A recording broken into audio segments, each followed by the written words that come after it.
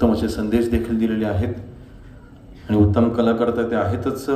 त्यांची माझी आज पहिलीच भेट आणि आपल्या दापोलीमध्ये आज ज्यांचं आगमन झालं आहे ते श्री देवदत्त नागेजी. माझ्या नेहमी सगळ्यांना जी म्हणतो, माझ्या सगळ्या सहकार्यांना मी जीच म्हणतो. आज येथे उपस्थित माझ्या विधिमंडळातील माझ्या सिनियर सहकारी, फक्त राज्यमंत्रीपद जरी असं तरी सुद्धा विधिमंडळामध्ये माझ्या सिनियर आहेत आणि अशा सौ उमाताई खापरेताई, येथे उपस्थित पद्मश्री श्री दादा इदाते साहेब, रत्नागिरी जिल्हा परिषदेच्या नवनिर्वाचित अध्यक्षा, ज्या मंडणगड तालुका म्हणजे देवदत्तजी डॉक्टर बाबासाहेब आंबेडकरांचा मूळ तालुका आंबेडगाव हे हा मंडणगड तालुका, त्या मंडणगड तालुक्याला जिल्हा परिषदचं अध्यक्षपद पहिल्यांदा मिळालेलं आहे स्वातंत्र्यानंतर. त्या अध्यक्ष इथे अस्मिताई केंद्र उपस्थित आहेत.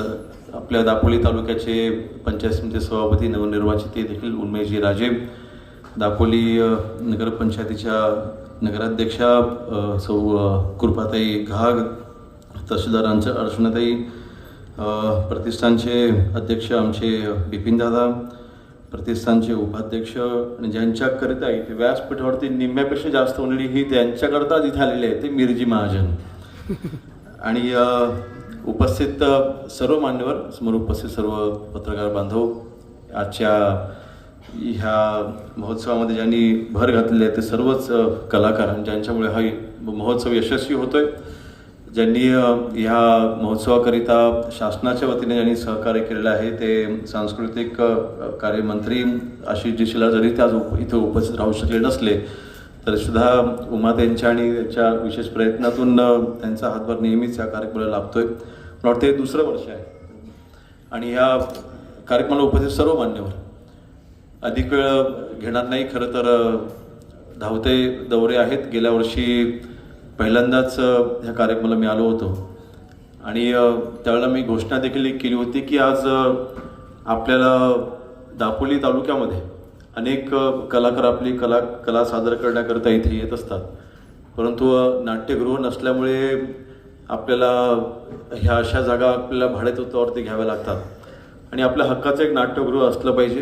कारण शेवटी लोकप्रतिनिधी म्हटल्यानंतर, आमदार म्हटल्यानंतर माझ्या मतदारसंघामध्ये रस्ते, नळपाणी योजना ह्या सगळा हा मूलभूत सुविधांचा विकास तर झालाच पाहिजे. त्यासोबतच मी आर्थिक विकासाला पण तेवढंच भर देतो, परंतु तेवढंच जास्त महत्त्व हे मी सांस्कृतिक विकासाला देखील देतो आणि म्हणून ती बांधिलकी जपून आपण आपल्या मतदारसंघामध्ये खेड तालुक्यामध्ये माननीय एकनाथ शिंदे साहेबांनी जवळपास 11.5 कोटीचा निधी दिला आणि खेड तालुक्यामध्ये उत्तम असं तिथं नाट्यगृह आज आपण उभं केलं आहे.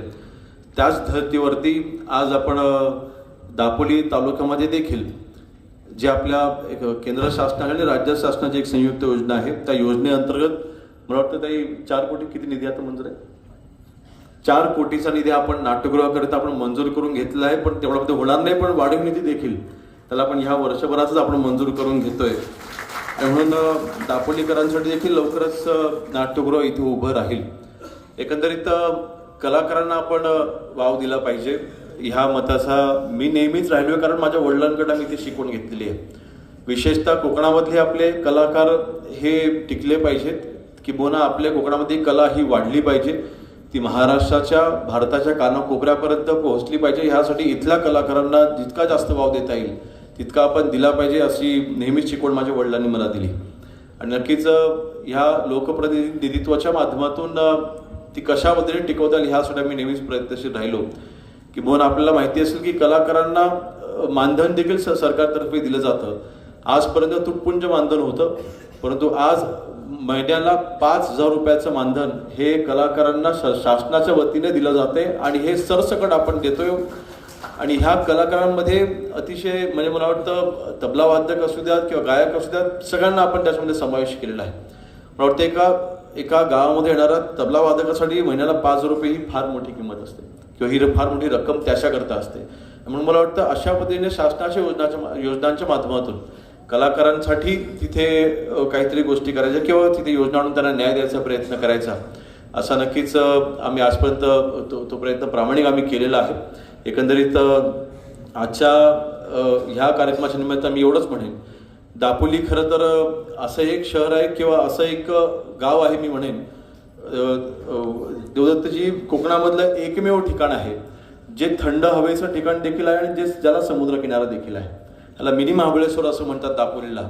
परंतु आज पर्यटनाच्या दृष्टीने कोकणाचा हवा तसा विकास आजपर्यंत होऊ शकला नाही. त्याला आजपर्यंत का ती मानसिकता झाली नाही मला माहिती नाही. परंतु आता मात्र आम्ही ठरवलं आहे की मला वाटतं मागच्या वेळेस मी त्याचा उल्लेख देखील इथे केला होता की ह्या वर्षी आपल्या कर्दे गावाचा असलेला समुद्र किनारा, एका कर्दे गावाच्या समुद्र किनाऱ्याच्या विकासाकरिता 14 कोटीचा निधी ग्रामविकासच्या अंतर्गत आपण मंजूर करून घेतला आणि ह्या वर्षी आता लाडगरला आपण 5 कोटीचा आपण निधी घेतलाय. फक्त बीच वरती असलेल्या सगळ्या मूलभूत सुविधा उपलब्ध करणं आणि तिथे जे पर्यटक येतील त्यांच्यासाठी जे असलेल्या बेसिकच्या सुविधा तिथे उपलब्ध करणं, एवढाच फक्त बेसिक आपण गोष्टी करतोय. म्हणून मला वाटतं अशा पद्धतीने जोपर्यंत कोकणाचा विकास होत नाही तोपर्यंत मला वाटतं आपल्या महाराष्ट्रामधलं पर्यटन वाढणार नाही. आज कोकणामध्ये असलेला समुद्र किनारा आपण जर का कोकणाचं खालचं राज्य पाहिलं गोवा, त्याच्या खाली आपण केरळात गेलो तर समुद्र किनाऱ्यांचा विकास इतक्या मोठ्या प्रमाणात झालाय की मला वाटतं त्याची आणि महाराष्ट्राची तुलना करता मला वाटतं केरळमध्ये पर्यटन क्षेत्राच्या माध्यमातून जास्त इन्कम येतं महाराष्ट्रापेक्षा. म्हणून मला वाटतं ह्या दृष्टीने आपल्या कोकणाचा विकास व्हायचा असेल तर ज्यावेळेला पर्यटक वाढतील त्यावेळेला आपोआप इथली कला देखील जोपासली जाईल. कारण ज्यावेळेस आता आमच्याकडे आता दापोलीमध्ये येणारा पर्यटक हा 90% पर्यटक हा पश्चिम महाराष्ट्रामधून येतो आणि तो फक्त इथले मासे खायला, इथला आंबा खायला, इथल्या खाद्यपदार्थांचा आस्वाद घ्यायला तो इथे येतो आणि समुद्र किनारा एन्जॉय करण्यासाठी येतो. परंतु इतका मोठा असलेला फुटफॉल आता आपल्या दापोली तालुक्यामध्ये लाडगर, कर्दे, मुरुड ह्या 3 बीचवरती जवळपास 5 ते 7 लाख पर्यटक दरवर्षी येतात. इतकी मोठी संख्या आहे. परंतु येणाऱ्या पर्यटकांना जर का आम्ही ही कला देखील सादर करू शकलो तर कलाकारांना तिथे वाव मिळेलच, परंतु कलाकारांचं पोट देखील सहजरित्या भरू शकतं. आणि वर्षात 8 महिने आपल्याकडे दापोलीमध्ये पर्यटक येत असतात. पावसाच्या दिवसामध्ये देखील येतात पण कमी प्रमाणात येतात. परंतु मला वाटतं हे 8 महिने हा आपल्या दापोलीकरांच्या आयुष्यामधले बदल करणारा हे 8 महिने 100% घडू शकतात. इतकं मोठं पोटेन्शियल आपल्या दापोली तालुक्याला आहे. परंतु त्याचा बेसिक विकास म्हणजे त्याचा जोपर्यंत दापोली तालुक्याचा पाया मजबूत होत नाही, पर्यटनाच्या दृष्टीने आवश्यक असलेल्या जोपर्यंत बाबी आपण उभारत नाही. उदाहरणार्थ आपलं असलं हर्णे बंदर इतक्या वर्षापासून रखडलं होतं, परंतु आपण केंद्र शासनाच्या मार्फत जवळ 205 कोटीचा आपण निधी आणला. त्या हर्णे बंदराचा विकास होतोय. आंतरराष्ट्रीय स्तराचं बंदर आपण उभं करतोय. मला ह्या व्यासपीठाच्या निमित्ताने एकनाथजी शिंदे साहेबांचे देखील मला आभार मानायला हवे. ते मुख्यमंत्री असताना आपण तो निधी केंद्रात आपण तो खेचून अक्षरशः आपण आणला आणि आज जेव्हा हर्णे बंदराचा विकास होईल तेव्हा आज आपले मला वाटतं मत्स्य विकास मंत्री आणि बंदरे मंत्री नितेशजी राणे यांनी जी रो चालू केली आहे मुंबईपासून ते आता डायरेक्ट सिंधुदुर्गात जाते, ती कुठेही रत्नागिरी जिल्ह्यामध्ये थांबत नाही. कारण आपल्याकडे तशा सुविधा उपलब्ध नाहीत. जी हर्णे बंदराची सुविधा उपलब्ध झाल्याच्या नंतर मला रत्नागिरी जिल्ह्याचा पहिला थांबा हा मला दापोलीत पाहिजे ही मागणी मी त्या दिवशी जाऊन केली आणि 100% ते देखील होईल.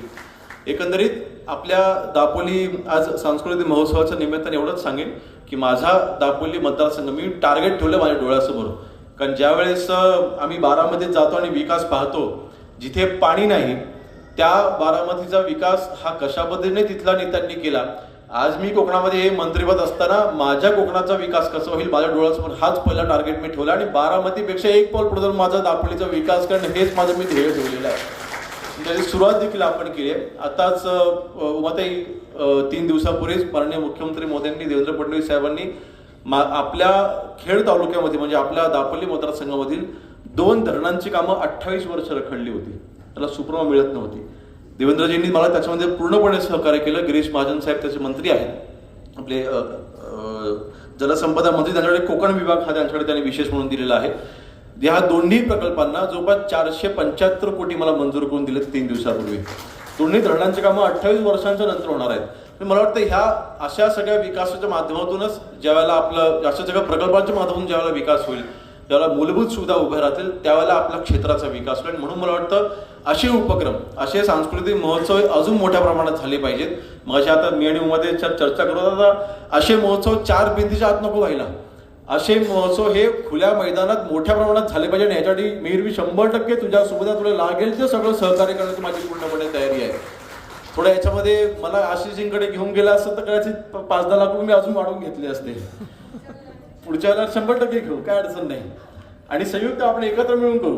परंतु दापोली तालुक्याचं नाव हे नक्कीच आपल्याला उंचवायचंय आणि त्याला दापोली तालुक्याचं नाव दापोली आपल्या ह्या जरी हा सांस्कृतिक महोत्सव हा पण शासन आणि आपल्या प्रतिष्ठानाच्या संयुक्त विद्यमानाने होत असला तरी सुद्धा इथला लोकप्रतिनिधी म्हणून माझ्या मतदारसंघामध्ये कलाकारांना वाव मिळाला पाहिजे. त्याकरिता जास्तीत जास्त मोठ्यात मोठे व्यासपीठ त्यांच्याकरता कसे उपलब्ध करून देता येतील असे नक्कीच माझे प्रयत्न असतील. एकंदरीत देवदत्तजी आज तुमची माझी पहिलीच भेट आहे. अर्थातच आता आम्हाला मागच्या 20 वर्षापासून राजकारणात आहे आणि जरी 40 वयाचा आता झालेलो असलो तरी सुद्धा मी स्वतःला अजून तरुणच समजतोय. मी काय अजून 40 ओलांडलीच तरी सुद्धा काही स्वतःला मी म्हणजे जास्त काही वयोवृद्ध वगैरे मी मानत नाही. परंतु आज तरुण म्हणून जेव्हा आम्ही प्रवास करत असतो किंवा आम्ही प्रवासामध्ये आम्ही देखील म्हणजे माझं शिक्षण हे मराठी माध्यमातून झालेलं आहे आणि मराठी भाषेच्या बाबतीत माझ्या मनामध्ये जो ओढा आहे तो म्हणजे मला इंग्लिश बोलता येतं, गुजराती बोलता येते, परंतु शेवटी जो मराठीचा अभिमान आहे म्हणून आपल्या मराठी कलाकारांसाठी आज माझ्या वडिलांच्या मार्फत अनेक वेळा तिथे मदती करण्यात आल्या, पण आम्ही कधी त्याची जाहीरपणे घोषणा केली नाही. परंतु मराठी कलाकारांकरिता आमच्या मनामध्ये जो सन्मान आहे तो आयुष्यभर आणि ह्यापुढे देखील आमचे मराठी कलाकार मोठे कसे होतील ह्याकडे आम्ही राजकारणी म्हणून आमचे प्रयत्न असतील. एकांकिका शाळेमध्ये असताना मी देखील अनेक वेळेला केलेल्या आहेत आणि म्हणजे आज देखील थोडं राजकारणामुळे आम्ही नाटकं करतो, पण ती नाटकं वेगळी असतात परंतु ती करावी लागतात आम्हाला. परंतु एकंदरीत कलाकार म्हणून आज आपले मराठी कलाकार हे मोठे झाले पाहिजे. मगाशी आपण मोगम उल्लेख केला, परंतु अतिशय महत्त्वाचा आहे की टॉलिवूडमध्ये जाऊन आपला मराठी कलाकार तिथे भगवा झेंडा रोवून येतो. नक्कीच याचा आम्हाला सार्थक अभिमान आहे. आणि तुम्ही जे तुमची एंट्री वगैरे झाल्याच्या नंतर मी देखील पाहत होतो की हे म्हणजे कोण व्यक्ती आणतं या कार्यक्रमामध्ये, परंतु आपण ज्या व्यासपीठावरती आलात त्या माझं लक्षात आलं की हे बहुतेक आणि थोडी बॉडी लक्षात आली माझ्या थोडा व्यायाम मी देखील वेळ मिळाला तसा करतो.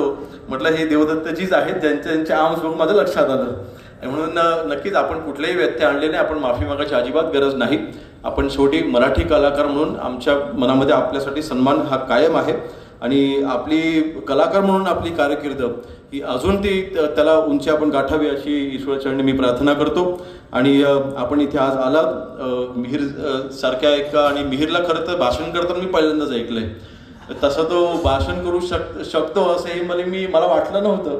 म्हणजे अनेक जणांना असंही वाटलं, माझ्याकडे बघून देखील जणमतं की योगेश जरा पण शांत असतात, भाषण करू शकतात की माहिती नाही, पण पहिल्यांदा ऐकल्यानंतर अनेक जण त्यांचं मत बदलतात. तर माझं देखील आज तुझ्याबद्दलचं मत बदललं की मिहीर हा भाषण करू शकतो बाबा. आणि नक्कीच दीपकजी पडद्यामागचे कलाकार आहेत. मला तर त्यांचं कुटुंब दीपकजी त्यांचे वडील मिहीरजी यांचे वडील आहेत समोर बसलेले आहेत. आता थोडं ते आता निम्म कुटुंब आता हे माझं झालेलं आहे असं म्हणायला हरकत नाही. ते त्यांच्या म्हणण्याच्या मागचं कारण असं की मिहीरजी यांच्या पत्नी ह्या शिवसेनेकडून आता जिल्हा परिषद सदस्य म्हणून निवडून आलेल्या आहेत. त्यामुळे नक्कीच नाही हे कुटुंब मला वाटतं 2016-17 मी दापोलीच्या राजकारणात सक्रिय झालो आणि ह्या कुटुंबाने नेहमीच मला सहकार्य केलं आणि मला तिथे शुभेच्छा परत आणि मला नेहमीच आशीर्वाद दिलेले आहेत. आणि नेहमीच जनतेच्या सेवेमध्ये असलेलं हे कुटुंब आहे आणि ह्या प्रतिष्ठानच्या मार्फत कलाकारांसाठीचं हे व्यासपीठ जे उपलब्ध करून दिलंय मी संपूर्ण या महाजन कुटुंबियांचं मनापासून अभिनंदन करतो, मिहीरचं अभिनंदन करतो आणि त्यांच्या भविष्याच्या कारकिर्दीकरता मनापासून शुभेच्छा देतो. इथेच थांबतो. जय हिंद, जय महाराष्ट्र.